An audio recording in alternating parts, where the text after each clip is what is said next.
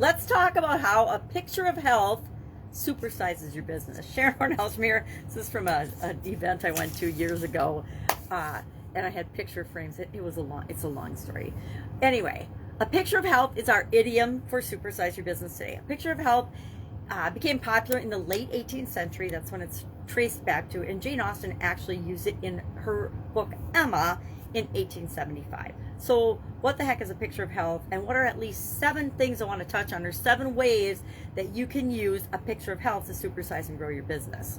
Now, the first thing we want to think about is our vision. A picture speaks to our where we're going, our vision of what we're creating and where we're going in the world. We have to have a picture in our mind. Sometimes we'll look at magazine covers, literally physical or health related magazine covers about our physical health, weightlifting magazines or shape or women's health magazines and things, and compare ourselves to the models on the cover. Not necessarily the best thing to do, right?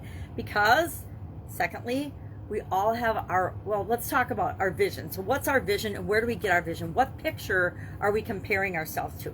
We want to model other people's success, but not copy it, right? As we're building and growing our business, thirdly, we'll all have our own unique journey. No 2 journeys to success are the same. Why? Because each and every one of us get to define what success means to us, what it is that we're trying to create in the world, and the business we want to create.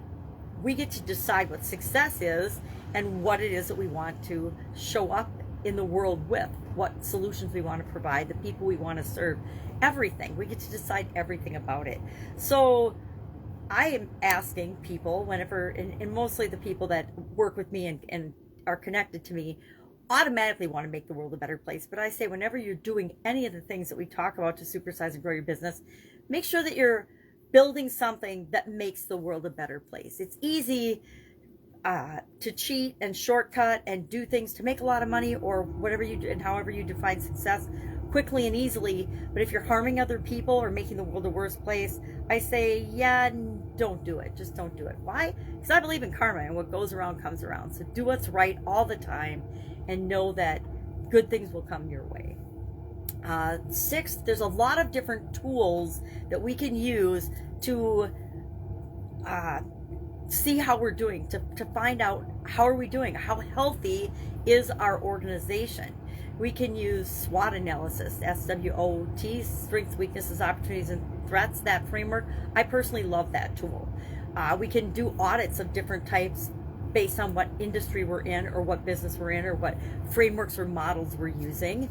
There's tons of tools available. There's apps, there's online tools. Every consultant and coach imaginable has some way to analyze your business and tell you how you're doing, whether you agree with them or not.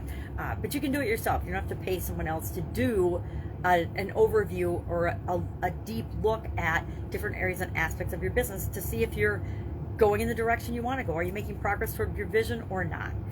And finally, 7th, the thought that comes to mind with this one is benchmarking and comparing ourselves to others. I remember back in corporate America, and even when I first left corporate America full-time and was involved in different manufacturing businesses, we did a lot of benchmarking. But that was like officially comparing ourselves to other businesses. And benchmarking reminds me of comps in the real estate industry. And if you've ever been involved in real estate, you know exactly what I'm talking about.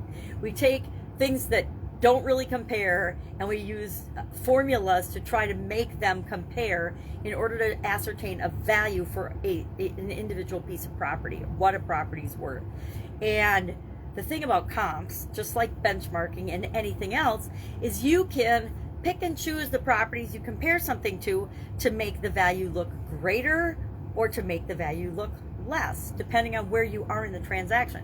If I am an investor and I want to purchase a property for the least amount of money possible, I'm going to pick comps that make that property not seem as valuable. If I am selling my property, and I've been on both ends of this, right? If I'm selling a property, I'm going to find the comps that make my property look the most profitable. So we have to be careful about auditor bias or our own bias when we're benchmarking or using different tools to analyze our business and if we're on track for what we consider success as we're supersizing our business. So those are just a couple of thoughts on a picture of health. Number one, what's the picture you're looking at?